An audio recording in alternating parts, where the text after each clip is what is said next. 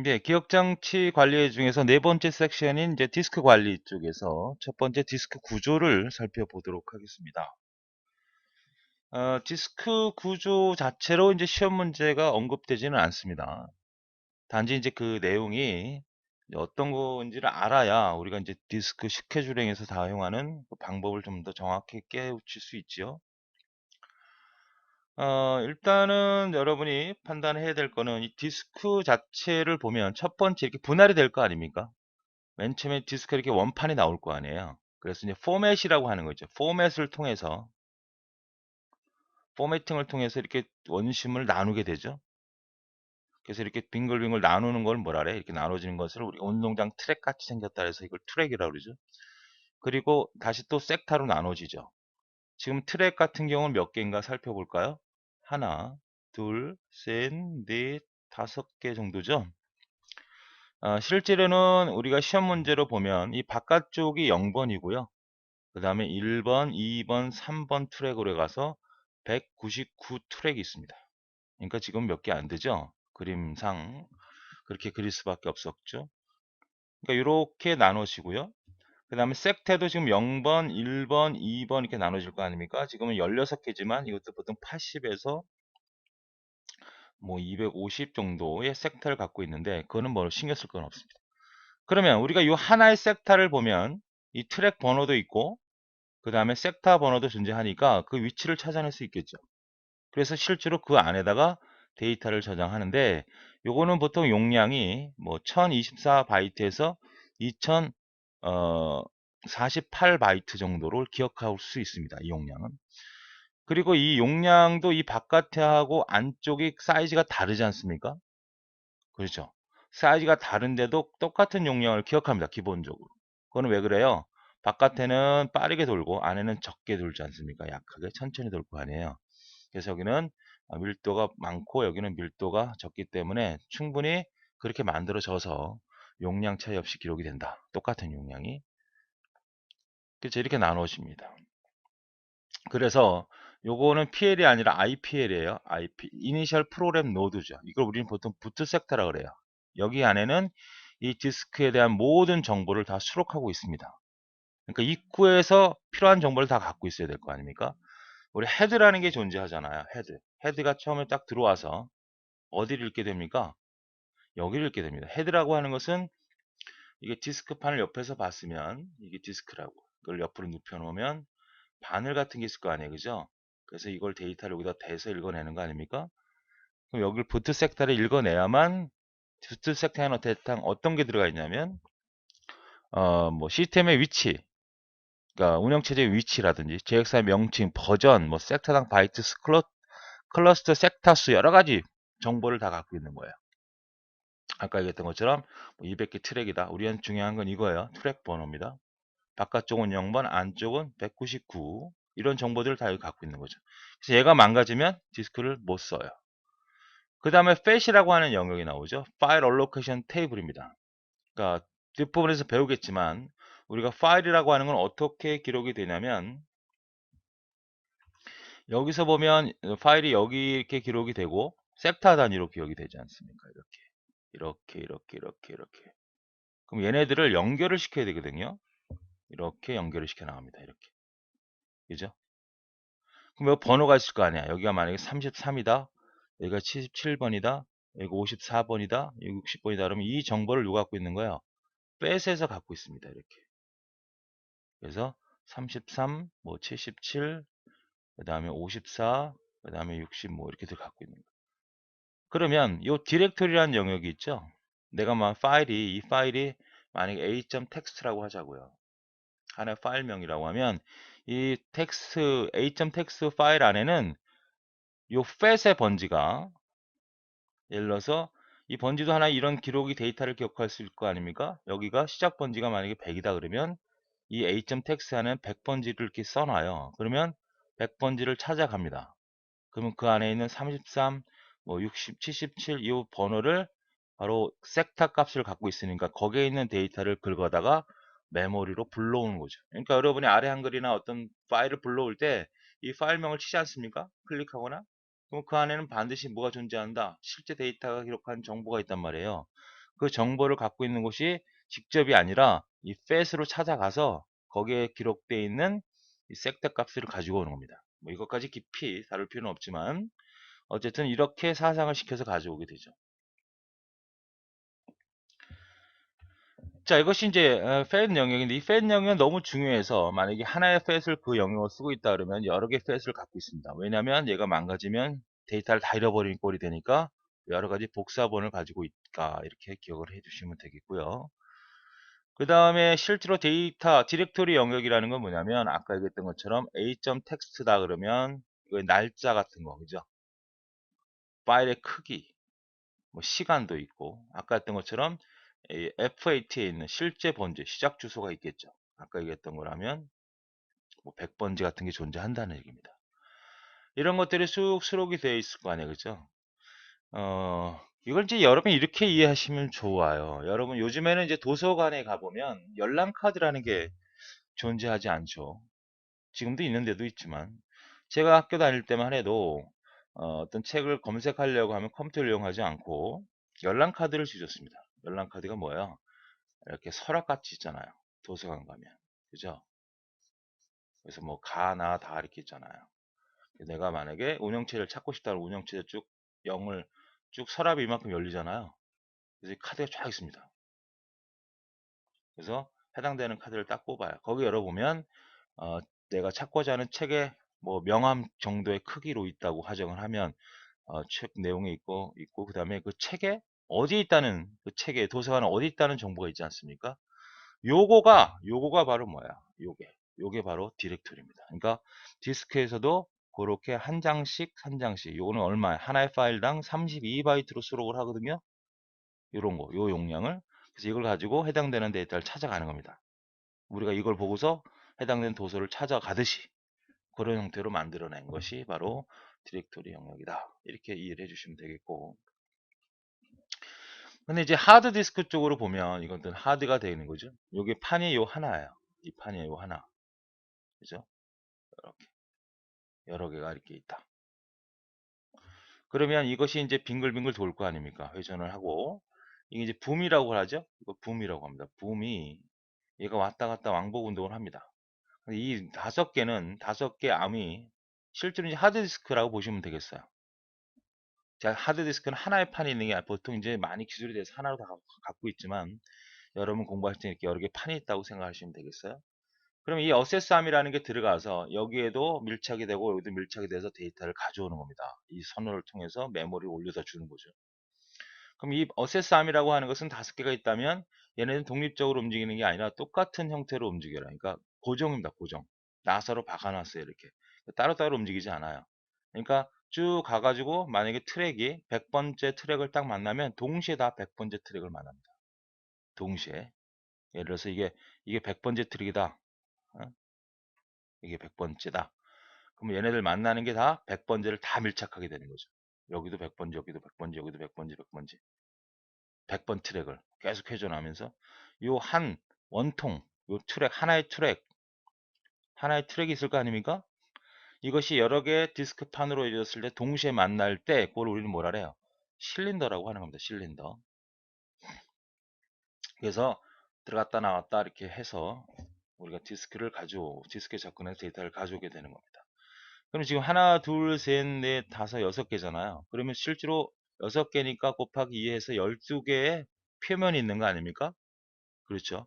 위아래, 위아래. 그런데 이제 윗뚜껑과 아랫뚜껑은 쓰지 않아요. 과거에는 그렇게 만들어지죠. 뚜껑이 쓸 수가 없으니까 빼기 2해서 10개 디스크 표면을 쓸 수 있다. 이런 것도 시험 문제 다뤄졌던 그런 내용입니다. 지금은 이제 디스크 판도 이렇게 많지 않고 기술 개발이 워낙 많이 되어 있기 때문에 이런 문제는 나오기 좀 어렵죠. 어쨌든 하드 디스크는 이렇게 되어 있습니다. 판 하나는 이렇게 생겨 먹었고, 자, 그래서 디스크 구조를 간단히 살펴봤습니다.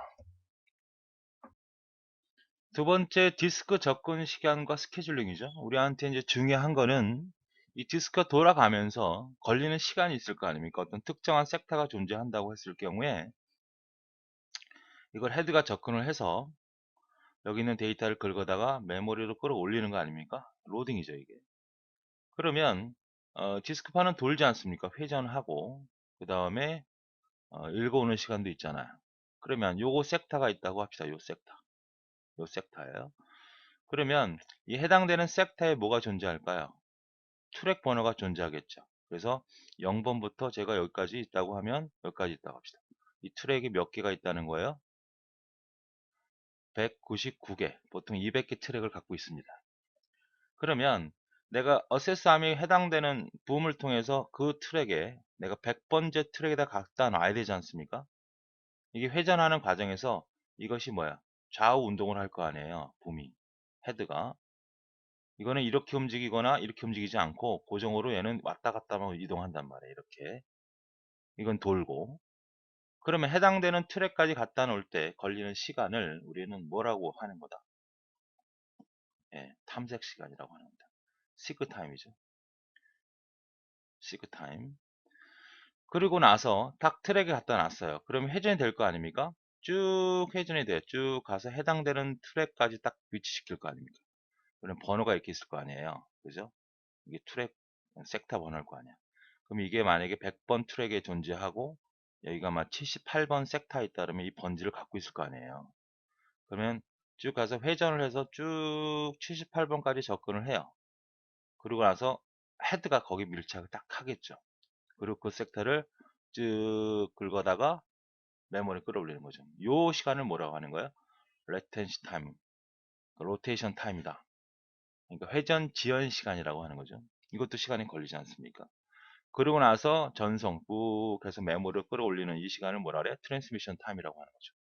그래서 디스크 관리 측면에서 우리는 중요한 건 세 가지가 바로 뭐다? 이 세 가지 시간이 존재한다는 거 정확히 아시고, 그리고 실제로 이 전송 시간 같은 경우는 이거는 이제 그 컴퓨터마다 그 기종차에 따라 속도가 달라지는 거기 때문에 스케줄, 어떤 프로그램적인 기술로 빨리 읽어내거나 적게 읽어낼 수가 없어요.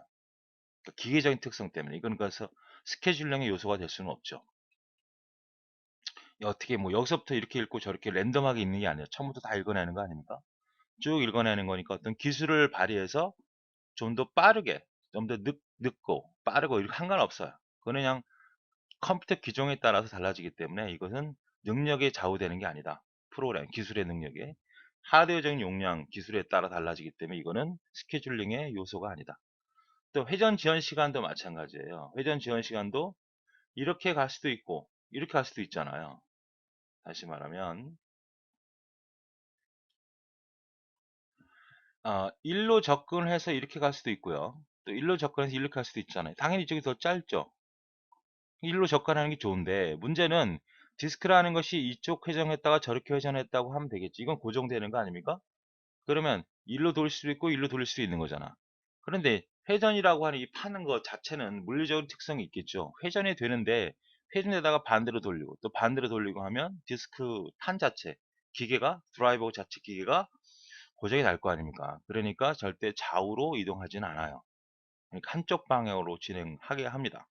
그래서 이 회전 시간도 스케줄링과는 거리가 멀다. 그래서 가장 중요한 건 뭐다? 요 시크 타임을 해당되는 트랙에 갖다 놓는 것을 어떻게 갖다 놓느냐에 따라서 성능이 달라지고 좋아지니까 바로 요걸 가지고 우리 실제로 스케줄링을 하게 됩니다. 아시겠습니까? 물론 전송 시간이나 회전 시간을 포함시켜서 스케줄링 하는 것도 있습니다. 그러나 현실적으로 지금 만들어진 장비들을 보면 바로 이 탐색 시간만 고려해서 스케줄링을 한다. 이렇게 기억을 해 두시면 되겠습니다. 자, 그러면 살펴보죠. 탐색 시간, 디스크에 원하는 데이터를 액세스하기 위해서 실린더, 말씀드렸죠. 트랙과 실린더는 같아요. 근데 이제 트랙은 보통 한 장에서 얘기하는 거지만 이건 디스크가 여러 개 있을 때 같은 트랙의 집합을 우리가 실린더라고 하죠. 그러니까 디스크가 있으면 헤드가 해당되는 100번 트랙에 갖다 놓을 때 어떻게 갖다 놓는가? 100번 트랙 갈 수도 있지만 하나의 파일이 100번, 50번 트랙도 있고 뭐 30번 트랙도 있고 150번 트랙도 있다 그러면 이게 그 해당되는 트랙이 자꾸 왔다 갔다 해야 될 거 아닙니까? 그러니까 요거를 어떻게 고려할 거냐? 이것이 바로 시크 타임이고 바로 스케줄링의 가장 핵심 기술이 될 수밖에 없는 거죠. 핵심적인 기술의 요소가 될 수밖에 없는 거죠. 회전 시간 시간, 일로 갈 거냐, 절로 갈 거냐. 레텐시 타임 혹은 로테이션 딜레이 타임이라고 하고 보통 RPM 지연 시간이라고 합니다. 트랙에 위치한 헤드가 원하는 섹터에 도달할 때, 그러니까 트랙에 위치한 이렇게 회전이 돼서 해당된 트랙에다 위치할 때까지 걸리는 시간이죠. 이건 섹터, 해당되는 섹터. 그러니까 트랙에 딱 존재했을 때 해당되는 섹터까지 접근하는 걸리는 시간. 그 다음에 트랜스미션 시간은 디스크로부터 주기억 전체 데이터가 이동되는 시간이고, 이거는 어떤 기술에서 의해서가 아니라 하드웨어적인 물리적인 특성에 따라 속도가 달라지기 때문에 이거는 뭐 스케줄의 요소가 되지 않는다. 그래서 결국 탐색 시간만 가지고 접근하더라, 이렇게 기억을 해두시면 되겠습니다. 그래서 디스크 스케줄링이라고 하는 것은 디스크에 존재하는 파일과 데이터가 연속적이지 않은 데이터 섹터에 저장되어 있다. 이게 무슨 말이에요? 섹터가 있으면 여기도 있고, 그러니까 내가 A.text라고 한다면 여기에는 만약에 100번지가 있다. 그러면 100번지를 찾아가는 게 아니라 여기 보면 뭐가 있다 그랬어? 디스크 외면에 pet이라고 하는 게 있어요. 거기를 열어보면 100번지가 있어. 거기 쭉쭉쭉쭉 이렇게 돼 있겠죠? 여기는 뭐 33번, 8번, 뭐 100번, 20번 이렇게 있다 그러면 3번 섹터, 그 다음에 8번 섹터, 그 다음에 뭐 100번 섹터 이렇게 있을 거 아닙니까? 그러니까 이 트랙의 위치가 다 다르다는 거죠. 그렇죠? 그러니까 얘네들을 다 가져와야 하나의 파일을 가져오는 거죠. 그러니까 블록에 따르면 한 군데 다 모여 있는 게 아니라 용량에 따라서, 조금 이따 배우겠지만 좀 더 효과적으로 하기 위해서 이렇게 분산 배치시킵니다. 그래서 그 데이터를 이렇게 이동하면서 가져올 때 바로 시크 타임이 해당되는 트랙에 갖다 오는 때 걸리는 시간이 걸린다는 거, 들린다는 거죠. 물리적으로 회전하는 디스크에서 어떻게 하면 신속하게 많은 양의 데이터를 가져오느냐, 이걸 계획하고 고민해야 된다. 이것이 바로 디스크 스케줄링이라는 거죠. 그래서 탐색 시간을 주로 사용할 수밖에 없는 이유가 앞에서 언급을 했지만, 디스크는 한쪽 방으로 회전하면서 사용해야 기계적인 부담이 없죠. 회전 시간이 빠르다 해서 디스크를 양쪽 방으로 회전시킨다면 디스크가 얹혀져 있는 그 기계 자체, 판 자체가 오래 사용할 수 없을 것이다. 해당 섹터에서 데이터를 가져오는 전송 시간 마찬가지, 트랜스미션 타임 자체도 CPU 성능과 관계가 있으므로 스케줄링에 직접적인 영향을 받지 못한다. 그래서 디스크상에 원하는 데이터를 알수기 위한 트랙 혹은 실린더 헤드를 위치시키는 걸리는 시간, 이걸 탐색 시간만을 중심으로 스케줄을 한다, 이런 얘기가 되죠.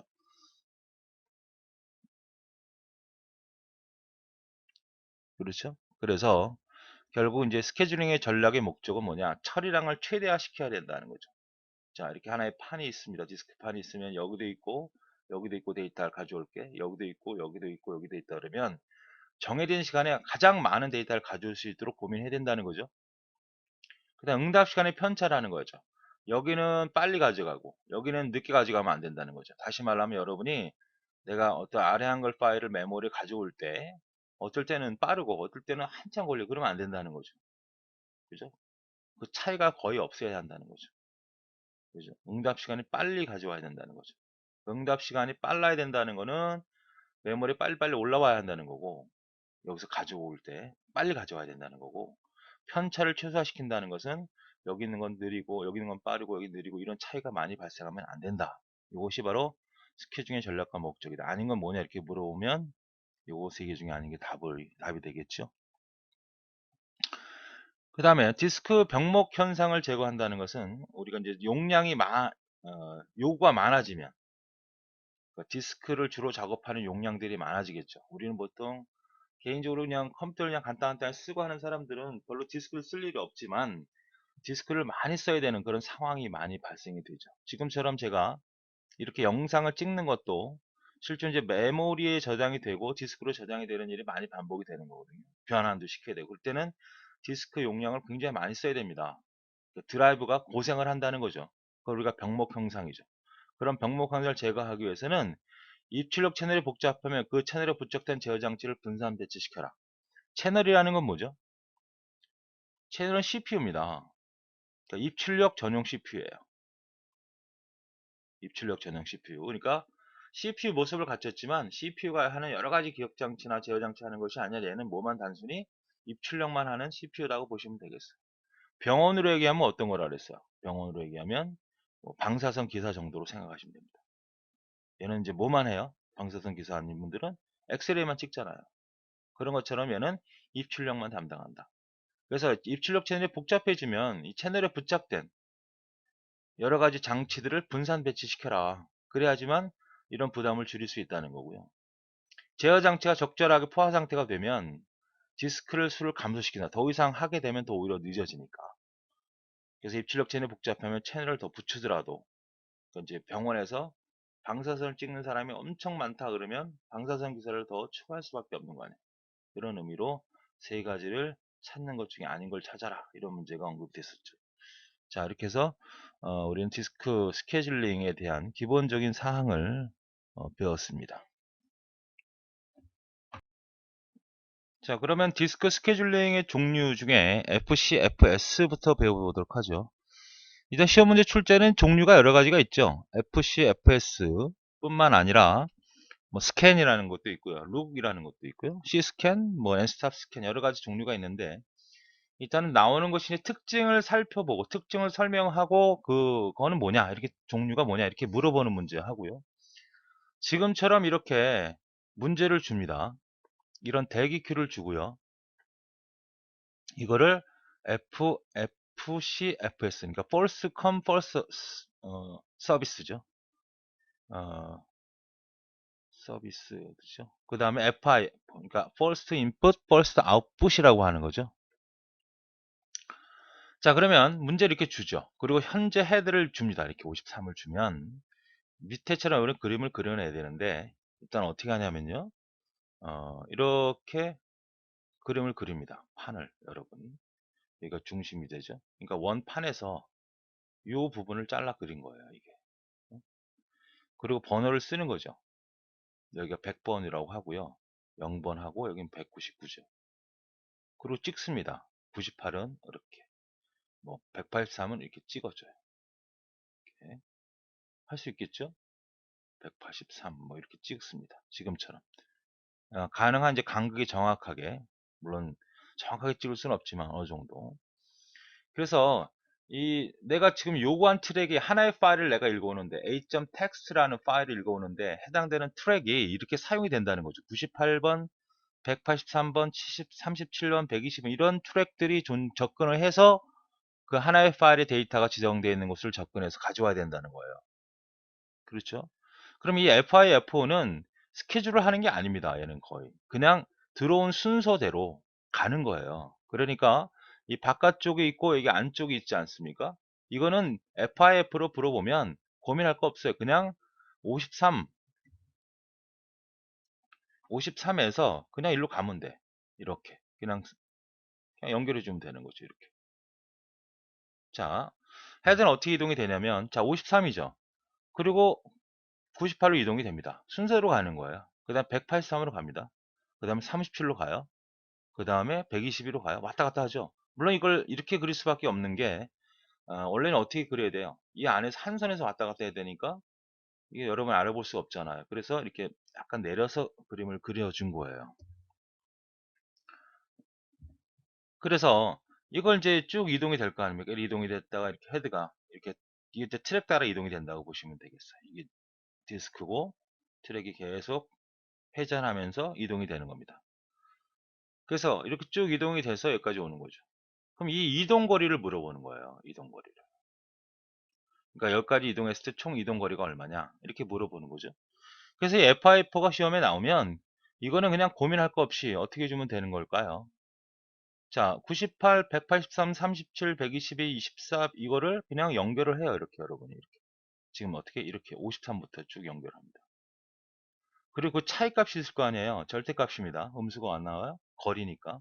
이렇게 다 차이 값을 뽑아서 더해주면 바로 이게 총 이동 거리가 되는 겁니다. 이걸 찾는 문제가 나오는 거죠. 그래서 이 FIFO는 전혀 스케줄링이라고 할 수 없죠. 그러니까 이거는 그냥 아무런 의미 없이 그냥 만들어낸 겁니다. 그렇죠? 단 좋은 점이라는 건 공평하다는 거죠. 뭐죠? 첫 번째 들어온 애를 먼저 처리해 주잖아요. 그죠? 이걸 우리가 엘리베이터로 많이 비교를 합니다. 엘리베이터 아시죠? 엘리베이터가 맨 밑에 층이 0층이라고 하자고. 맨 꼭대기 층이 199층이라고 하자고. 엘리베이터가 오르락내리락 할 거 아닙니까? 이거를 우리는 헤드라고 하자고요. 이 트랙 번호라고 하자. 그럼 첫 번째 98층에 사람이 눌렀어요. 그럼 98층을 갑니다. 그냥 엘리베이터. 그 다음에 두 번째 누른 사람이 183이야. 183층으로 가는 거예요. 엘리베이터는 태우고 가잖아요. 근데 이거는 그런 거 없어. 그 다음 37로 내려와. 다시 120층 가. 그 눌러진 순서에 따라서 만약 이것이 아파트라고 하면 이 아파트에 사는 사람들이 이런 순서로 눌렀다고 하면 그 순서대로 그냥 이 엘리베이터가 이동이 되니 이동 거리는 엄청나게 길어질 수밖에 없고, 그죠? 이 이동 거리가, 그죠? 그렇죠. 그런데 이제 공평하다는 것 외우고는 뭐 이 시간을 최적화하려는 의도도 없고, 그죠? 이동 거리도 총 가장 길고, 그 시험 문제에서 이동 거리가 가장 긴 게 뭐냐 물어보면 이거예요. 방법이 없죠. 이것이 바로 FIFO입니다. 자, 특징을 살펴보죠. 시험 문제는 이걸 설명하고 누굴 찾는 거, 얘를 찾는 거, 그 다음에 앞에서 배웠던 이동거리를 찾는 거, 총 이동 시간을. 도착 순서로 진행되는 고정된다는 거에서 공평하다는 것밖에 없단 말이에요. 그래서 순서가 진행되기 때문에 순서가 바뀌는 일이 없고, 부하가 적을 때 유리하죠. 밖에 없을 때. 그러니까 하나, 두 개 트랙만 접근할 정도. 부하가 커지면 응답 시간이 길어질 수밖에 없죠. 탐색 시간을 최적화하려는 시도가 없다. 다시 가면 내가 부하가 적다는 거는 무슨 얘기가 되냐면 요 두 개밖에 없어요. 그러니까 여기서 이렇게 하고 이렇게 끝난 거예요. 부하가 적을 때는 가장 좋잖아요. 순서적으로 공평하기도 하고. 그런데 이런 트랙이 무진장 많아 봐요. 엘리베이터로 얘기하면 두 군데만 가. 그러면 별 문제가 없잖아요. 부하가 적을 때. 근데 사람 누르는 사람들이 굉장히 많아요. 그럼 왔다 갔다 그것을 찾아다니다 보니까 너무 느리죠. 그러니까 전혀 스케줄링, 즉 시크 타임을 최적화시려고 하는 전혀 의도가 없다. 이것이 바로 FI, FO, FC, FS의 특징이 됩니다. 네, 두 번째 그 SSTF입니다. 그러니까 시크 타임을 빠르게 첫 번째로 도달한 짧은 쪽으로 이동해라 이런 얘기입니다. 그러니까 시크 타임이 짧은 쪽으로, 이동 거리가 짧은 쪽으로 이동하는 거예요. 그러니까 아까 우리가 FIFO 같은 경우는 그냥 눌러진 순서로 이동을 했잖아요. 그러니까 스케줄 형태의 하나에 포함이 되긴 하지만 전혀 최적화하려는 시도가 없는 거죠. 그냥 입력된 순서대로 대기 큐 들어와 있는 순서대로 이동하는 거 아닙니까? 그러니까 내가 하나의 파일을 불러오면 이런 트랙을 진행을 해야 된다. 하나의 파일을 액점 텍스트를 딱 불러오는데 이만큼 트랙이 이동이 돼야 된다. 그럼 FI는 그 순서로 가는 건데 이 시크 타임은 이동 거리가 짧은 쪽이에요. 그래서 이거는 여러분이 잘 고민하셔야 됩니다. 그러니까 트랙을 딱 이렇게 그려 놓고요. 그 다음에 첫 번째 0번 써고 그 다음 199 쓰고요. 순서대로 98 찍고, 물론 100번을 딱 기준에서 쓰면 이 정도 되겠네. 100번이 98 찍고 183 찍고 쓰고 여기다 이런 식으로 다 찍어낼 수 있죠. 그래서 53번 시작 위치니까 여기서부터 이동을 합니다. 자, 그러면 여기 옆에 이걸 보는 게 아니고 옆에 이동을 65가 가까워요, 37이 가까워요. 63 그림을 잘 그려야 돼. 간을, 그죠? 이거하고 이 거리가 더 가깝지면 일로 이동합니다. 그러니까 이거는 공평한 게 아니에요. 짧은 쪽으로 이동하는 겁니다. 자, 65에서 그 다음에 67이 가까워요, 37이 가까워요. 당연히 67이 가깝겠죠. 자, 67에서 이제 어디로 가야 돼? 98로 갈 거냐? 37로 갈 거냐 고민해야 되는데 67에서 37은 30 차이가 나고 여기는 얼마가 나와요? 31 차이가 난단 말이야. 그러니까 1로 이동이 된다고요. 그럼 1로 이동이 되고 1로 이동이 되고 이렇게 이동하는 것이 바로 SSTF입니다. 그죠? 그래서 이건 짧은 거리로 이동하니까 정해진 시간에서는 가장 많이 데이터를 가져올 수 있어요. 그래서 보통 얘는 일괄 처리에 상당히 좋은 그런 방법이다. 그런데 어떤 문제점이 있냐면, 자, 디스크를 이렇게 그려볼게요. 이동을 하는데 어떤 형태가 나타나면 이 안에서 이렇게 노는 형태가 나타나요. 그러니까 이 안쪽과 바깥쪽은 잘 서비스를 안 해줘. 왜? 짧은 쪽으로 이동하다 보니까. 그러니까 이 중심에만 너무 서비스가 되고 바깥쪽과 안쪽에는 서비스가 안 되니까 기아 상태, 즉 배고파 돼지는 기다리는 상태가 많이 지속이 되는 그런 형태가 바로 SSTF입니다. 이해되시겠죠? 그러면 특징적으로 보면 일괄처리에 적고 기아 상태가 발생하는 거 이런 것들은 뭐냐 이렇게 물어보면 또 안쪽보다 요 안쪽이 서비스가 많이 되고 바깥쪽과 안쪽은 서비스가 안 되는, 그래서 우리가 대화형 처리에 적합하지 않다. 대화형이라고 하는 것은 응답 시간이 예측이 좋아야 되거든요. 내가 정해진 시간이라면 그 시간에 반드시 답이 와야 되는데 그렇지 않은 것들은 적합하지 않다. 이런 특징을 왜 기다린 상태가 나타나니까 대화형은 적합하지 않다. 이런 특징을 설명하고 SSTF냐 스캔이냐 뭐 FIFO냐 이런 걸 찾는 문제가 일단 우선이고, 지금 문제가 나온 것처럼 그럼 이 이동 거리는 어떻게 되느냐 이렇게 따져 봤을 경우에 지금처럼 이동한 거리를 그냥 쓰는 겁니다. 자, 53에서 65 같죠? 67 같죠? 그 다음에 37 같죠? 이렇게 쭉 나열을 합니다. 그리고 그 차이값을 계속 계산할 수 있겠죠? 이 차이값을 계산해서 어떻게 됩니까? 다 더하면 236이죠. 그러니까 아까 우리가 640이 나왔던 FI, F5보다는 엄청나게 시간이 줄어들었죠. 되겠습니까? 이것이 SFTF고 특징 설명하고 찾는 거. SF 특징이 설명을 찾는 거, 그다음에 이동거리 계산하는 문제가 출제가 되는 거예요. 자, 내용을 좀 살펴볼까요? 가장 짧은 처리. 현재의 가장 짧은 탐색거리 요청을 서비스한다. 그러니까 설명을 쭉 해주겠죠. 만약 공평하다 그러면 틀리는 거야. 맞지? 이건 FIF의 특징이죠. 안쪽과 바깥쪽 서비스 가운데 트릭이 이렇게 있으면 여기가 더 많이 서비스를 받는다는 거야. 특성상 이렇게. 엘리베이터도 마찬가지잖아요. 여기하고 여기는 거리가 멀잖아. 그러니까 이 안에서만 엘리베이터가 이동이 되니까 가끔씩 간다고 이렇게. 그러니까 얘네들은 엄청나게 기다리는 현상이 나타난다. 기아 상태. 처리량이 많고 응답 시간이 짧다. 그러니까 정해진 시간에 공평하진 않지만 굉장히 많은 데이터를 가져올 수 있다. 그래서 일괄 처리 유용하다. 이게 중요하죠. 그 다음에 편차가 크기 때문에 대화형 시스템은 부족하다. 그러니까 대화형이라는 것은 어디든 똑같은 시간에 데이터를 가져와야 되니까 여기 있든 여기 있든 여기 있든 만약에 1초다 그러면 이 1초를 항상 지켜줘야 통신용, 대화형 프로그램이 가능한 거죠. 어디는 1초고 어디는 뭐 1분이다 그러면 이거는 안 되는 거예요. 그렇죠? 우리가 왜 전화를 하더라도 그런 일 없잖아. 전화는 왜 대화형 시스템이잖아요. 전화 받고 전화하고 얘기하고 정확한 시간에 나오잖아. 바로바로. 근데 전화하는데 한 1분 있다 응답이 온다 그러면 그거는 시스템으로 적용할 수 없죠. 그런 개념으로 생각해 주시면 되겠습니다. 예, 세 번째 스캔입니다. 이것이 이제 시험에 잘 나오죠. 자, 이거는 어떤 거냐면 앞에서 우리가 배웠던 두 가지 특성을 봅시다. FIFO는 어떻게 됩니까? 왔다 갔다 하는 일이 엄청 많은 거예요. 그죠? 전혀 이걸 고려하지 않았으니까. SSTF는 어떻게 됩니까? 이 안에서 이렇게 많이 놀아요. 그러니까 얘는 기하 상태가 발생될 수 있고 SSTF는 FC, FS는 FIFO는 뭐 전혀 이동 왔다 갔다 하는 일이 많잖아요. 그래서 이거를 줄이기 위해서는 좀 더 방법을 찾아야 된다. 그래서 나온 게 이제 스캔인데 이건 진행 방향의 서비스를 해줍니다. 그러니까 갈 때 쭉 서비스를 해요. 진행 방향 진행을 합니다. 꺾이지 않아요. 그리고 또 갔다가 쭉 내려오면서 서비스 해주고 또 올라가면서 서비스 해주고 내려가면서 서비스 해주고 하는 거죠. 그러니까 엘리베이터로 얘기하면 얘는 올라갈 때 다 태우고 내려올 때 다 태우고 이런 식으로 하는 거죠. 그죠? 이게 엘리베이터 형태 아닙니까? 그런데 아직은 편차가 남아있죠. 얘는 편차가 많지만 얘는 어떻게 됩니까? 이 가운데는 몇 번 만나요? 네 번 만나잖아. 여기는 한 번, 두 번, 세 번, 여기도 한 번, 두 번이니까 아직도 가운데 쪽이 더 많이 접근이 된다는 그런 특징이 있죠.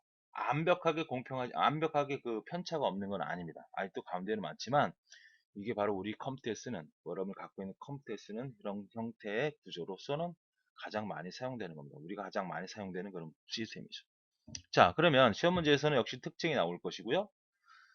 이런 계산하는 문제가 나올 때 53이죠? 그 다음에 이렇게 번호를 줄 거 아닙니까? 여러분 이렇게 그림을 그릴 수 있죠? 그렇죠? 이렇게 해서 이렇게 그려낼 수 있잖아요. 번호 찍을 수 있죠? 그 다음 53이죠. 그 다음에 항상 얘는 뭘 가르쳐 줘요? 진행 방향을 가르쳐 줍니다. 이 방향을 가르쳐 주지 않으면 이 문제는 풀 수가 없죠. 자, 바깥쪽이라 했습니다. 이쪽이 바깥쪽에 이쪽이 바깥쪽이 당연히 이쪽이 바깥쪽이죠. 그렇죠. 그러니까 53번에서 바깥쪽으로 가는 겁니다. 무조건. 이건 길이 따지는 게 아니에요. 옆에 길이 따지는 건 뭐죠? SSTF고 이건 어떻게 됩니까? 그냥 바깥쪽으로 가는 거예요. 만약에 이것이 진행 방향이 안쪽이었다 그러면 안쪽으로 가는 거죠. 이렇게 가고 이렇게 가고 이렇게 하는 거죠. 근데 지금 어떤 거예요? 바깥쪽으로 가는 거니까 바깥쪽으로 진행시키면 됩니다. 그리고 항상 어디까지 가요? 0번까지 간다는 거죠. 자, 우리가 생각을 해봅시다. 엘리베이터가 있어요. 그러면 여기 꼭대기층이야. 199층이에요. 여기 0번이에요. 자, 엘리베이터 올라갑니다. 쭉 올라가. 여기 사람이 아무도 안 눌렀어. 어디서 눌렀냐면 130번째 층에서 눌렀다고 합시다. 엘리베이터 갔죠. 그 다음에 이 199층까지 갑니까? 사람이 누르지 않았어요. 그럼 그냥 내려오죠. 엘리베이터는. 맞죠? 엘리베이터 생각을 해보세요. 엘리베이터는 더 이상의 위층의 요구가 없으면 그냥 꺾여 내려옵니다. 끝까지 안 가요. 끝까지 안 가는 게 바로 뭐냐? 룩이라고 하는 스케줄입니다. 룩. 끝까지 가는 건 뭐라고? 스캔입니다. 이해되시죠? 그러니까 이 스캔이라고 하는 건 뭐냐면, 자, 엘리베이터 같은 경우는 속도가 느리잖아요. 근데 디스크는 어떻게 돼요? 안 보이거든요. 왔다 갔다 하는 게. 그러면 여기 갔다가 끝까지 갔다가 나오는 게 나을까요? 아니면 그냥 중간에 꺾여서 나오는 게 나을까요? 끝에다가 뭘 달아요? 스프링을 달아놨거든요. 그러니까 갔다가 튕겨 나오는 힘으로 계속 진행을 시켜야 기계 고장이 없을 거 아닙니까? 그죠? 근데 이 중간에 꺾여서 팍 들어오려면 여기 스프링을 달 수는 없잖아요. 디스크 표면 어떻게 스프링을 달아? 그러니까 끝까지 안 가고 돌아오는 거는 룩이고 끝까지 갔다 튕겨 나오는 건 스캔이란 말이에요. 그러니까 얘는 이 0이라고 하는 요구가 없어요. 그런데도 어디까지 가야 됩니까? 0번까지 가야 돼요. 자, 이렇게 이동해서 어디까지 쭉 왔죠? 여기서 멈춥니다. 만약에 이것이 바깥쪽이 아니고 안쪽이었다면 어떻게 진행하는가 볼까요? 자, 53에서 이렇게 갔죠? 97 가죠? 가는 방향으로 98, 122, 124, 180까지 왔죠? 꺾이는 게 아니고 꺾이면 룩이고 여기까지 옵니다. 그죠? 그리고 다시 어디로 가요? 이렇게 해서 여기 서비스 해주고 여기 서비스 해주고 하는 거죠. 이해되십니까? 자, 여기서 주의해야 될 게 하나가 있는데요. 이건 이제 시험 출제 시험에 맞춘 겁니다. 시험 이론이죠. 무슨 얘기냐면 어떨 때는 스캔으로 풀어라 했을 때 이 스캔으로 푸는 경우도 있지만 룩으로 풀어야 되는 경우도 있다는 겁니다. 이게 출제자가 달라지기 때문에 그래요. 출제자가 몇 년 동안 계속 출제를 하다 보면 한 사람이 고정적으로 내면 상관이 없지만 뭐 A라는 사람은 B라는 사람은 이 스캔이라고 정상적으로 아는 사람이에요. 스캔. 근데 이 B라는 교수는 어떤 거다? 룩을 스캔으로 아는 사람이 있단 말이에요. 그래서 잘못 내는 경우가 있거든요. 무슨 말인지 아시겠죠? 그러니까 만약 스캔으로 정상적으로 풀어라. 스캔으로 풀었을 때 정상적으로 풀잖아요. 그 답이 안 나오면 룩으로 가보시면 답이 나옵니다. 그런 경우에 문제가 있다는 거 기억하시고요. 자, 특징을 역시 살펴보겠습니다. SST의 문제점, 응답 시간에 편차가 발생하는 거죠. 다이닝에 대발한 기법이죠. 그래서 안쪽 방향 혹은 바깥쪽 방향 이동하면 요거는 이때는 이동하는 방향 앞쪽에 아이 요청들이 없을 때만 후퇴가 가능하다니까 쭉 진행을 하다가 없어요 더 이상. 그럼 이제 거꾸로 가는 거예요. 가면서 오면서 가면서. 그렇죠. 진행 방향이 정해지면 같은 방향에 있는 짧은 탐색 거리를 갖고 있는 우주선이라고. 이렇게 문제해 주고 이거 뭐냐 이렇게 물어보면 스캔이냐 SSTF냐 뭐 C스캔이냐 이렇게 물어보는 문제가 등장이 될 수 있다는 거죠. 자, 이런 특징. 그 다음에 얘의 특징은 또 있죠. 자, 일단 SSTF에 대한 그 편차를 계산하는 방법이고요. 가장 진행 방향을 가르쳐 준다 그랬죠. 바깥쪽이나 안쪽으로. 안쪽과 바깥쪽의 차별 대열을 최소화한다. SSTF는 어떻게 된다고? 이런 현상이 나타난다는 얘기였잖아요. 그죠? 이걸 없애기 위해서 만들어진 건데 아직은 편차를 100% 주지는 못한다. 대부분 스캔은 우리가 일반적으로 쓰는 것이다. 그러니까 부하가 적은 경우에는 스캔이 가장 좋은 방법 중에 하나다. 이렇게 기억을 해 두시면 되겠습니다. 특징 설명을 하고 찾아라 이런 문제, 진행상의 총 이동거리 계산하는 문제 정도를 잘 봐두셔야 됩니다. 예, 네 번째 C스캔이죠. C스캔을 자 한번 다시 한번 따져봅니다. FIF는 어떻게 되는 거죠? 그냥 요구한 순서로 진행하는 게 FIF. 스캔은 SSTF는 어떻게 된다고? 이렇게 막 이런 현상이 나타나는 거죠. 기화 상태가 발생되는 게 STF. 처리량은 굉장히 많다. 짧은 시간에 다 가져올 수 있으니까. 스캔은 진행하면서, 진행하면서, 진행하면서, 진행하면서, 진행하면서, 진행하면서. 그러니까 이 가운데는 아직 몇 번, 이렇게 만나지만 바깥쪽은 아직도 편차가 존재한다. 이 편차를 완전히 줄이기 위해서 사는 게 바로 C스캔입니다. 그러니까 얘는 그냥 항상 고정돼. 이게 방향을 가르쳐 주죠. 스캔은 어떤 겁니까? 진행 방향이 이쪽이냐, 저쪽이냐 가르쳐 줘야 되는데 얘는 그렇지 않아. 항상 이쪽이야. 아시겠습니까? 그러니까 얘는 방향을 안 가르쳐 줘. 진행 방향은 항상 바깥쪽에서 안쪽으로 고정된다. 그러니까 C 스캔을 풀어라 그러면 어떻게 돼? 방향 안 가르쳐줘. 스캔만 방향을 가르쳐줘. 지네만. 그럼 얘는 가면서 서비스를 해요. 내려올 때는 아무것도 안 해. 그냥 떨어집니다. 가면서 서비스해. 그냥 떨어져. 가면서 서비스해. 그냥 떨어져. 가면서 서비스하니까 여기도 4번, 여기도 4번, 여기도 4번. 그죠? 4번씩 만나잖아요.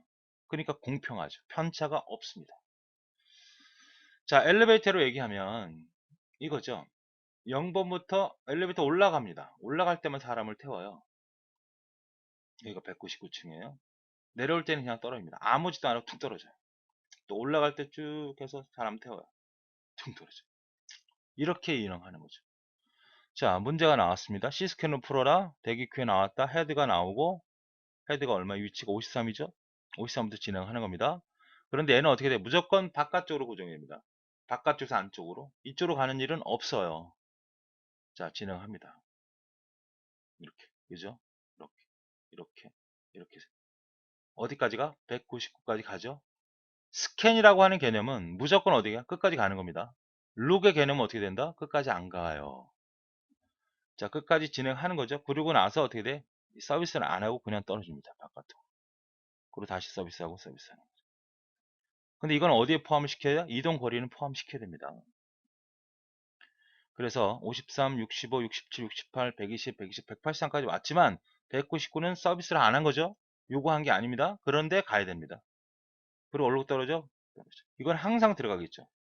떨어졌다 다시 14, 37로 진행하는 이런 방법이 C스캔이다 라고 기억을 해 두시면 되겠습니다. 자, 특징을 살펴보시면 차별 대우로 없다는 건 편차를 완전히 제로화 시키겠다는 겁니다. 항상 트랙이 안쪽으로 한 방향으로만 진행하며 이동하면서 요청한다. 차별 대우를 100% 없앴다는 거죠. 차별 대우 이렇게 나타나는 이런 현상이 아니고 이거 이렇게 해서도 아직도 나타나는 게 아니고 무조건 어떻게 돼? 이런 식으로 하니까 여기도 다 차별 대우가 없죠. 항상 바깥쪽에서 안쪽으로 움직인다. 반대는 서비스하지 않는다. 안쪽을 끝까지 진행한다. 편차가 매우 작다. 그 다음에 가장 좋은 것, 부하가 많은 경우. 아까 스캔은 어떤 거였어요? 부하가 정할 때 가장 좋지만 부하가 많다. 디스크 작업이 많아지는, 디스크 작업이 많은 그러한 프로그램을 사용할 때, 작업을 할 때 가장 좋은 결과를 얻게 된다. 이겁니다. 이해되시죠? 네, 그 다음은 룩과 C 룩인데요. 앞에서 몇 번 언급을 했죠? 스캔과 C 스캔에서 얘는 끝까지 간다. 자, 이렇게 있으면 끝까지 갔다가 떨어져요. 끝까지 갔다가 떨어지는 게 이제 C 스캔이라고 하면 얘는 어떻게 돼요? 끝까지 안 가고 중간에서 그냥 떨어질 수 있다는 거죠. 중간에 이렇게 끝까지 안 간다는 겁니다. 엘리베이터죠, 엘리베이터. 그러니까 엘리베이터는 끝까지 안 가잖아요.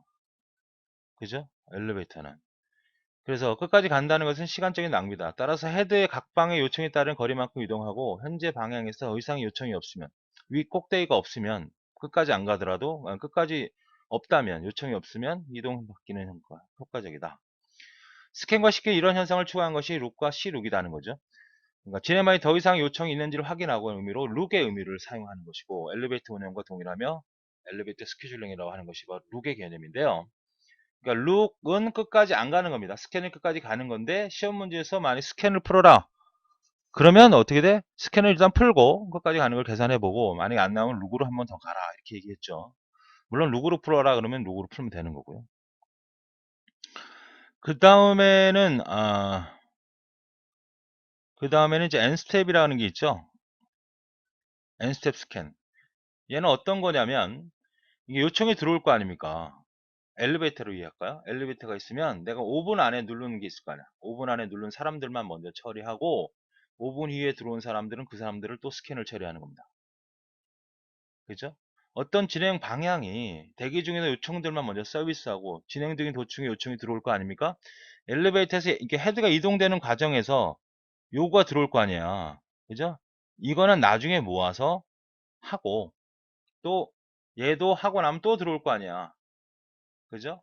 그러면 얘 처리하고 그러니까 진행 중인 과정에서 들어오는 것들은 모아뒀다가 그때그때 처리한다는 거죠. 그러니까 내가 만약에 요청이 10개가 있다. 10개 트랙 요청이 있으면 반쪽 잘라가지고 이거 먼저 하고 그 다음에 얘 하는 겁니다. N스텝이에요. C스텝이 아니라 주의하셔야 됩니다. 그러니까 다시 말하면 대기 중에 요청들을 1차적으로 받아 진행시키고 진행 시작 들어온 요청은 받아들이지 않고 끝난 다음에 2차적으로 서비스한다는 것이 바로 N스텝 스캔이라고 하는 거예요. 그 다음에 N센 바흐라고 하는 거는 앞에서 이거는 우리가 시크라고 하는 게 있었죠. 시크 타임은 뭐예요? 연태껏 우리가 FIFO나 SSTF나 스캔이나 룩이나 다 어떤 걸 가지고 고민하는 거죠? 이 시크 타임을 갖고 고민하는 거죠. 어, 시크 타임이라는 것은 트랙이 있으면 여기다 갖다 놓는 거 아닙니까? 해당되는 트랙에다 갖다 놓는데 걸리는 시간이죠. 회전 지연 시간, 트랜스미션을 고려하지 않잖아요. 이걸 다 고려한 그러한 방법이에요. 그러니까 부하가 큰 항공 예약 시스템에서 개발되었지만 탐색 시간뿐만 아니라 회전 시간 걸 다 따진 거죠.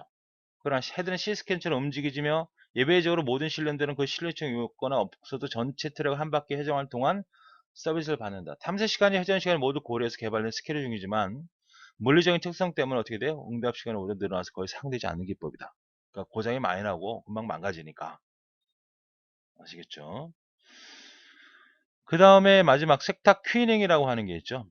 SLTF라고 하기도 하고, 자, 레텐션 타임이죠. 레텐션, 회전 지연 시간을 고려한 겁니다. 회전 지연 시간을 줄이는 방법으로 연구한 것이다. 이렇게만 기억을 해 두시면 되겠습니다. 레텐시 타임. 그러니까 시크 타임이 아니라 탐색 시간만을 운영하는 스케줄링이라고 하면 섹터 퀴닝이라고 하는 것은 회전 지연 시간을 더 붙여서 고민하는 것이다. 이것뿐만 아니라 일로 갈까 절로 갈까도 고민한, 이걸 더 플러스 시켜서 고민한 스케줄링이 섹터 퀴닝 SLTF다. 이렇게 정도만 기억을 해 두시면 되겠습니다.